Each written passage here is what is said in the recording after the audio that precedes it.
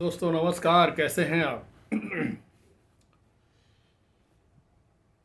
Press conference हो रहा था। कल्याण बनर्जी और आजकल सबसे ज़्यादा टीएमसी में वोकल हो गए हैं कीर्ति आज़ाद।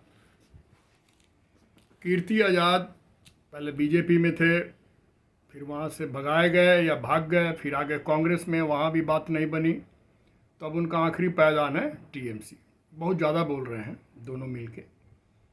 और काकोली दास दस्तियार जो 1996 से टीएमसी में है, उस समय जब ममता दीदी को वामपंथियों ने मारा था तो कोई हॉस्पिटल उनको एडमिट नहीं कर रहा था, तो काकोली दास दस्तियार का अपना क्लिनिक था, तो उस क्लिनिक में इनको एडमिट किया गया था, तब से वो है। लेकिन आज वो मुखर होकर ममता बनर्जी के अगेंस्ट में बोल रही हैं, उनकी नीति के बारे में, अभिषेक बनर्जी के गुंडागर्दी के बारे में। और इन्होंने साबित कर दिया कि मेरे साथ इतने एमपीज हैं जो हटना चाहते हैं टीएमसी से। और शुभेंदु अधिकारी ने ये क्लियर किया कि योगेंद्र यादव के घर में 14 या 15 सांसद थे।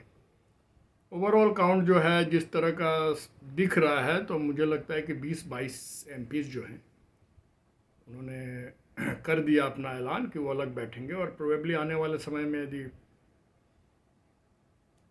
कोई बड़ी बात नहीं है, हालांकि बीजेपी उनको अपने में शामिल नहीं करेगी, लेकिन विपक्ष होते हुए भी वो बीजेपी के सपोर्ट में रहेंगे। देखिए, मैं दो चार चीज़ें आपको बता रहा हूँ। शरद पवार, हाँ, शरद पवार के 8 लोकसभा मेंबर हैं और यूबीटी के 9 हैं।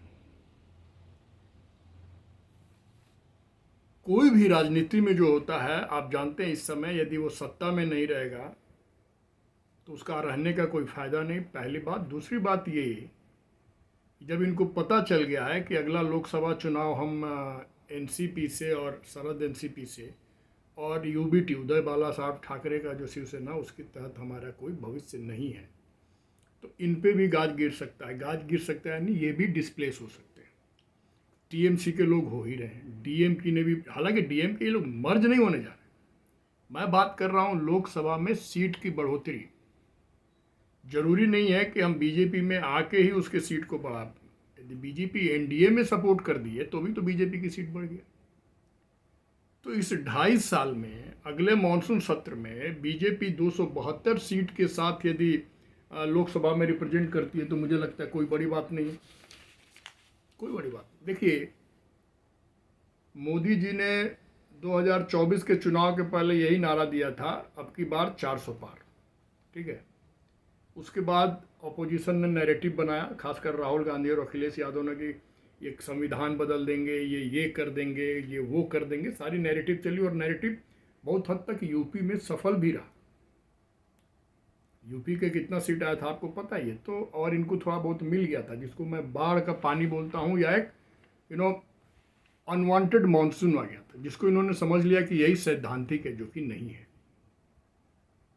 बात ये है, एमपी में, मध्य प्रदेश में इनके विधायक हैं 65 और राज्यसभा मेंबर के लिए 58 विधायकों की सहमति चाहिए। लेकिन कांग्रेस इतनी डरी हुई है कि उन विधायकों को भी कर्नाटका या केरल में ले जाके छिपाना चाहती है और इल्ज़ाम लगाती है कि ये लोग बिक जाएंगे। पता नहीं कांग्रेस ही इतनी बिकाऊ क्यों है। सीपीएम कभी नहीं बिका, डीएमके कभी नहीं बिका। ये तो एक परिदृश्य हो गया। दूसरा ये है, मैंने बोला कि 2.5 साल के सत्ता में एनडीए यदि 2272 सीट पे पहुंच सकती है, आगे भविष्य का मैं नहीं जानता, लेकिन ये जो 400 पार का नारा था, वो 2029 के इलेक्शन के पहले एनडीए गठबंधन का ना दिख जाए। अभी कांग्रेस की लड़ाई झारखंड में भी चल रही है। दूसरी बात, जिस तरह से इन्होंने डीएमके को धोखा दिया, कहा नहीं जा सकता। मैं बीजेपी की बात नहीं कर रहा हूँ, मैं पूरा एनडीए की बात कर रहा हूँ कि एनडीए जब 2.5 साल में क्योंकि देखिएगा आप, ये मानसून सत्र में सीन देखिएगा और फिर शीतकालीन सत्र में सीन देखिएगा लोकसभा का क्या होता है। ये आदमी राहुल गांधी बोलते चलता है कि 6 महीने में सरकार गिर रही है, 1 साल में सरकार गिर रही है, ठीक है। ये पता नहीं किस दुनिया में रहता और क्या खा के बोलता। और हम लोग रोड पे बैठे इंसान हैं, हम लोग कॉमन मैन हैं, हम लोगों को जो दिख रहा है, इस आदमी को दिख रहा है या नहीं दिख रहा है, जो बार बार बोलते रहता है कि सरकार गिरेगी सरकार गिरेगी। बात को समझिए मैं कहना क्या चाह रहा हूँ। इसमें कोई शक नहीं है कि 2-2.5 साल में आप 272 सीट लोकसभा का एनडीए का आप देखेंगे। अच्छा, बीजेपी की मजबूरी है, वो अपने कैडर को दुखी करके लाए इन लोगों को अंदर में, तो एक अंदर में ही रोष उत्पन्न होगा, तो वो ये कर नहीं सकते। तो ठीक है, किसी भी नाम के साथ रहो, जैसे कि शिवसेना का हुआ महाराष्ट्र में, जैसे कि अजीत भाई पवार ने किया एनसीपी का, टीएमसी का तो ऑलमोस्ट हो, क्योंकि टीएमसी का विधानसभा भी खत्म हो रहा है, विधानसभा के मेंबर भी टूट रहे हो, तो आपने देख ही लिया। देवव्रत बनर्जी और काकोली दास घोष मध्य लोकसभा में संभाल रही हैं। काकोली दास दस्तिकार का सिंपल सा कहना है। इतने पुराने पुराने जड़ से जुड़े हुए नेता इसको छोड़ रहे हैं ममता दीदी को, और उसमें सबसे बड़ा कल्प्रिट ये दोनों ही है। तो आने वाले रियल टीएमसी में, रियल भी टीएमसी का जो डंडा बैनर है, जिसमें मैंने वीडियो बना के बोला था कि कोई बड़ी बात नहीं है कि वो भी छीन जाए। तो इस सिचुएशन में जो काउंटिंग में मैं कैलकुलेट करके देख रहा था, लगभग 20-22 सदस्य यदि मान लूँ मैं टीएमसी का लोकसभा में, और ये 8 और 9 मिला के जो 17 सीट होता है, इसका 1/3 भी मान लें और इधर उधर से मिला लें, तो 272 पहुँचने में कितना टाइम लगेगा। यदि 9 और 8 जो है ये 17 हैं, बात को समझिए, 17 में से 12-13 भी आ जाए तो 272 तो 2.5 साल में होंगे। तो मानसून सत्र में तो एनडीए का 272 सीट दिख रहा है, मेजोरिटी आ गई, और उसके बाद 2.5 साल अभी बाकी है। अभी तो बहुत खेल होगा, अभी बहुत जगह चुनाव होने वाला है। आम आदमी पार्टी का बुरा हाल आप देख ही रहे, राज्यसभा में भी ऐसी इनकी मेजोरिटी बढ़ रही है।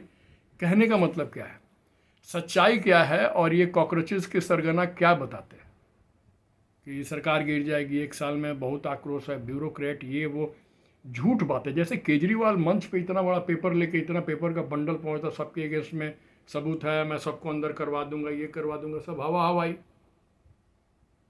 तो इस सिचुएशन में जो मैंने प्रेस कॉन्फ्रेंस देखा इनका, कल्याण बनर्जी का और कीर्ति आजाद का, तभी मैंने बोला कि ये लोग कर क्या रहे हैं, इतने बड़ बोले कैसे हैं, क्यों है बोल। मतलब इसके पीछे एक ही रीजन है कि जो बच्चे खुचे कार्यकर्ता हैं उनके मोराल को हाई रखना, वो बेचारे छटक न जाए। बात को समझे, क्योंकि जब वही नहीं रहेगा, बेस ही नहीं रहेगा, तो अब क्या इलेक्शन लड़ेंगे और क्या करेंगे।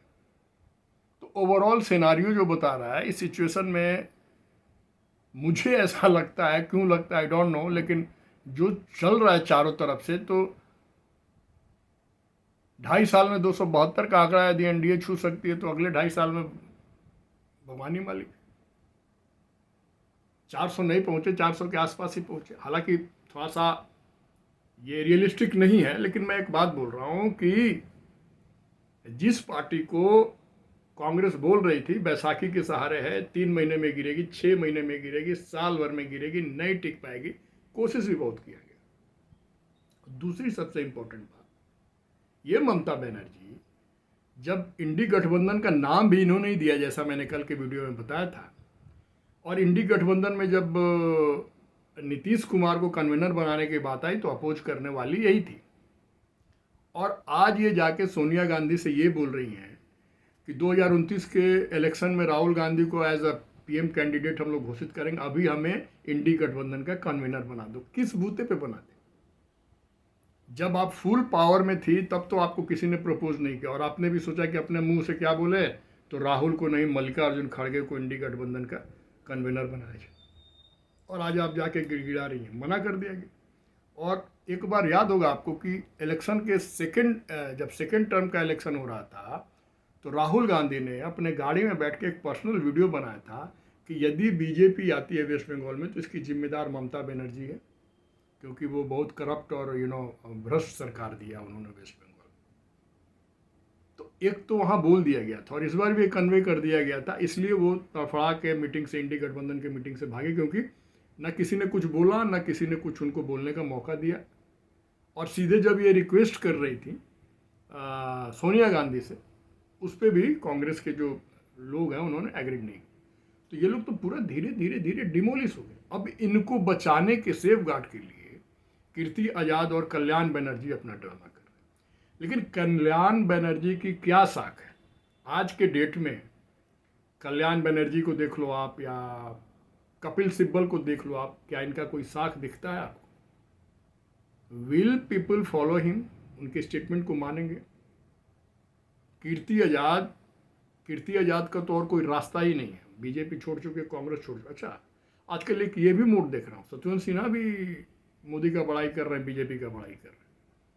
इसमें कोई शक नहीं है कि आने वाले समय में जसवंत सिंह जो है झारखंड से, जिन्होंने बहुत गाली दी है बीजेपी सरकार को, तो ये जो बदलता हुआ माहौल है, इसमें यदि मेरा आकलन ये है कि जब 2.5 साल में 272 पहुंच सकते हैं, तो 2029 के इलेक्शन के पहले कहाँ तक पहुंच सकते हैं? और देखिए, सिंपल सा फंडा है बॉस, ये जितनी भी पार्टियां हैं जो टर्मोइल कंडीशन में हैं, डूब रही हैं, टूट रही हैं, बिखर रही हैं, इनमें जो विधायक हैं या जो एमपीज़ हैं, वो अपना भविष्य देखेंगे।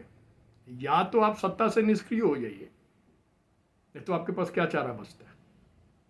या तो आप सत्ता से निष्क्रिय हो जाइए, या एक टीम बन गया जैसे कि एकनाथ शिंदे ने किया, जैसे कि अजीत पवार ने किया, अपनी पार्टी बना के बीजेपी के एनडीए अलायंस में आ गए।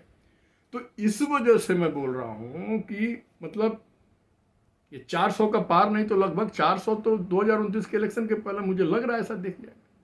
अब जब दोनों सदनों में, राज्यसभा में, लोकसभा में इनकी मेजोरिटी बढ़ जाएगी, तो आप देखिए मानसून सत्र से और शीतकालीन सत्र से कैसे कैसे बिल पास होते हैं। और जब ये बिल पास होंगे, इनका स्टेज या इनका स्टैंड और मजबूत होगा एनडीए का, तो 2029 का भी रास्ता पास हो रहा है, क्लियर हो रहा है। और यूपी का इलेक्शन तो है ही है, बाकी जो 2027 में 7 राज्यों का इलेक्शन है, वहाँ भी आप सीन देखेंगे। तो इन सब परिदृश्यों को देख के मैं बोल रहा हूँ, जरूरी नहीं है कि लोग तोड़ के आके शामिल ही हो जाए, बीजेपी के लेटर हेड पे अपना अपॉइंटमेंट ले ले, नॉट एट ऑल। और एक बात और मैं आपको बता दूँ, जितने भी कंपनी के सीईओज होते हैं टॉप लेवल पे, कॉर्पोरेट की बात करता हूँ, जब उन्हें पता चल जाता है कि चीज़ अब डिस्टर्बिंग हो रही है, टर्मोइल हो रही है, तो वो अपना अपॉर्चुनिटी वाला रास्ता ढूंढ लेते हैं। बात को समझ रहे हैं आप? मैं बार बार बोलता हूँ कि पॉलिटिक्स और कॉर्पोरेट में ज़्यादा अंतर नहीं है। सिंपल आंसर इतना है कि corporate is process of selection and ये इलेक्शन की बात है पॉलिटिक्स में। तो इन सारे सिचुएशन को देख के मुझे ऐसा लगा कि ऑफकोर्स यस, आप देखिए मानसून सत्र में कैसा सीट होता है, लोकसभा में आप देखिएगा एनडीए के साइड का पक्ष और विपक्ष का। तो धीरे धीरे, मेन कहने का कंसर्न क्या है कि जब तक एक इंसान इंडिविजुअल लेवल पे, एक कॉरपोरेट लेवल पे, एक पॉलिटिकल पार्टी पॉलिटिकल लेवल पे ये ना सोचे कि मेरी गलती कहाँ है, हमें किस तरफ जाना चाहिए, ये यदि आप नहीं सोचते हैं, आप अपने ही भाषण में अड़े रहते हैं कि ये हो जाएगा, वो हो जाएगा, फेक प्रोडिक्शन, या लोगों को, जैसे कि मैंने बताया था कि राहुल गांधी ने अपने हरियाणा में कार्यकर्ताओं को ये बोला था, इस पर मैंने वीडियो भी बनाया है कि चिंता नहीं करो, एक दिन बीजेपी अपने आप चली जाएगी। यदि इस परसेप्शन से आप पॉलिटिक्स कॉर्पोरेट में हैं, तो आपके जैसा फिर वो चोमू कोई नहीं है, फिर चोमू कोई नहीं। अब देखिए ये आदमी, अच्छा दूसरी बात मैं ये चीज़ वाच कर रहा हूँ, ये आदमी राहुल गांधी जो बोलता है ठीक उसको उल्टा होता है। चली जाएगी, चली जाएगी और चली जाएगी कि और सॉलिड तरीके से अंगद की तरह पाँव बना के बैठ जाएगी, वी विल सी। और वो दिख रहा है, दिख रहा है। मेन बात है कि जो पार्टियों का, मैं जिनके विधायक और एमएलए एमपी की बात कर रहा हूँ, उनके पास रास्ता कुछ दिख रहा है आपको? कोई सा भी रास्ता हो तो बताओ आप। तो करे तो वो करे क्या? वही बात है, निष्क्रिय हो जाएंगे, इतना तो सवाल नहीं है कि भाई हम तो अब वैराग्य ले लिए, अब नहीं है, ऐसा हो नहीं सकता। अब कीर्ति आजाद, इनके पास रास्ता क्या है? टीएमसी चालीसा पढ़ने के सिवाय, गाना गाने के सिवाय कीर्ति आजाद के पास कोई चारा नहीं है। तो गीत गा रहे हैं। कल्याण बनर्जी को कोई नहीं पूछेगा तो गीत गा रहे हैं। टीएमसी में बहुत सारे लोग ऐसे जिसको कोई नहीं पूछेगा, लेकिन वो करे क्या? तो साइड में एनडीए के साइड में खड़े रहो बस। अब सिंपल सी बात है, ये लोग महुआ मोइत्रा और कल्याण बनर्जी यूसुफ पठान को बहुत गाली दे रहे थे कि अमित शाह सबको फ़ोन कर रहा है, पंचायत लेवल पे, पार्षद लेवल पे फ़ोन किया, तुरंत यूसुफ पठान आ गया। पहली बात तो कि अमित शाह के पास कोई काम है या नहीं, नहीं पता। लेकिन एक बात बताओ, यदि इस देश का एक सॉलिड होम मिनिस्टर किसी को भी फ़ोन कर दे कि तुम आओ मेरे पास थोड़ा हाजिरी लगाने, तो जाने के सिवाय कोई रास्ता है? हालांकि मैं नहीं मानता यूसुफ पठान, क्योंकि अहमदाबाद से है वो, आज तक वेस्ट बंगाल में उतना गया भी नहीं। संदेश खल्ली में कांड हो रहा था, वो बैठ के चाय पी के फ़ोटो खिंचा रहा था। अब वो उसको खूब गालियाँ दी जा रही है टीएमसी की तरफ से, महुआ मोइत्रा धोखेबाज है ये है वो।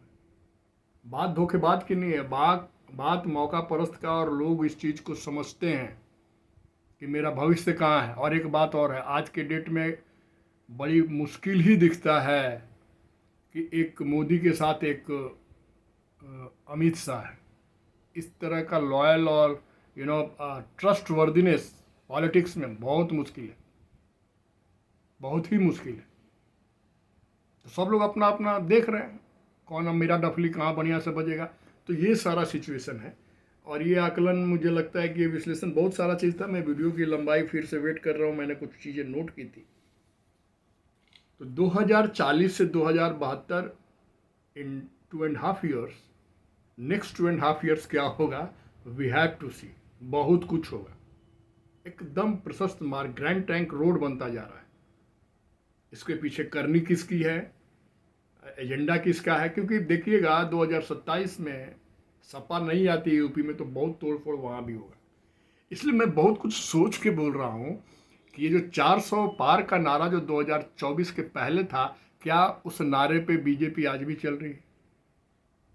आप इस पे ध्यान दीजिएगा। मुझे उम्मीद है कि ये विश्लेषण आपको पसंद आया होगा। Please do like, subscribe and share थोड़ा, और आशीर्वाद अपना बनाए रखें इन चीज़ों को लाने में, और आपके आसपास ये information just to make you people aware कि क्या हो रहा है। बड़ी गहनता से चीज़ों को देखनी होती है। Please do like, subscribe and share. Thank you very much.